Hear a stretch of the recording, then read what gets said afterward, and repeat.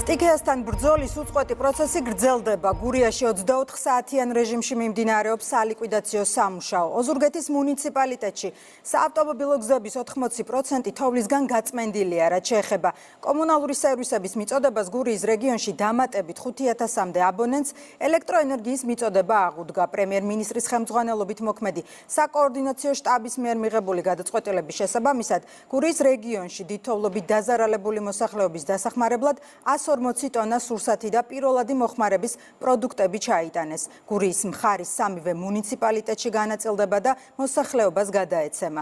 გიორგი აბაზაძე გვერდება პირდაპირ ეთერში.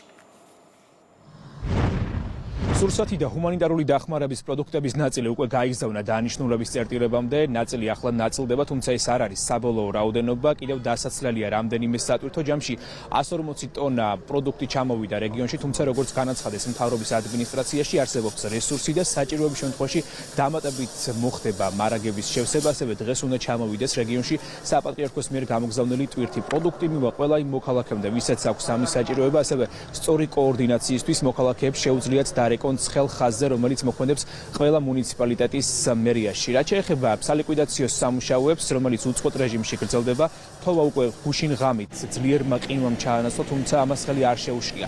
გაწმენდით სამუშაოებში, როგორც ამბობს სახელმწიფო რწმუნებული, გურიის მხარეში კვლავ რჩება გამოწვევა, განსაკუთრებით მაღალი ზონის დასახლებები, სადაც მაღალია თოვლის საფარი.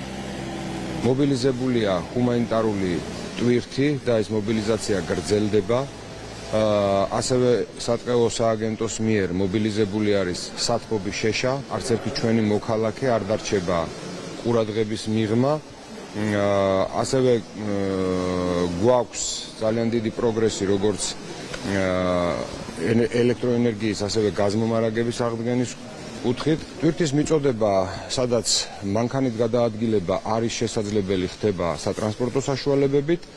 ასევე ტვირთი მიეწოდება ისეთ ადგილებში, სადაც ჯერჯერობით მანქანით გადაადგილება შეუძლებელია, სპეციალური თოვლმავალი საშუალებებით ხდება ტვირთის გადატანა. არის რამოდენიმე სოფელი, ძირითადად მაღალმთიანი სოფლები, სადაც ჯერჯერობით სატრანსპორტო საშუალებებით გადაადგილება არის შეუძლებელი, თუმცა იქაც აქტიურად მიმდინარეობს გაწმენდითი სამუშაოები.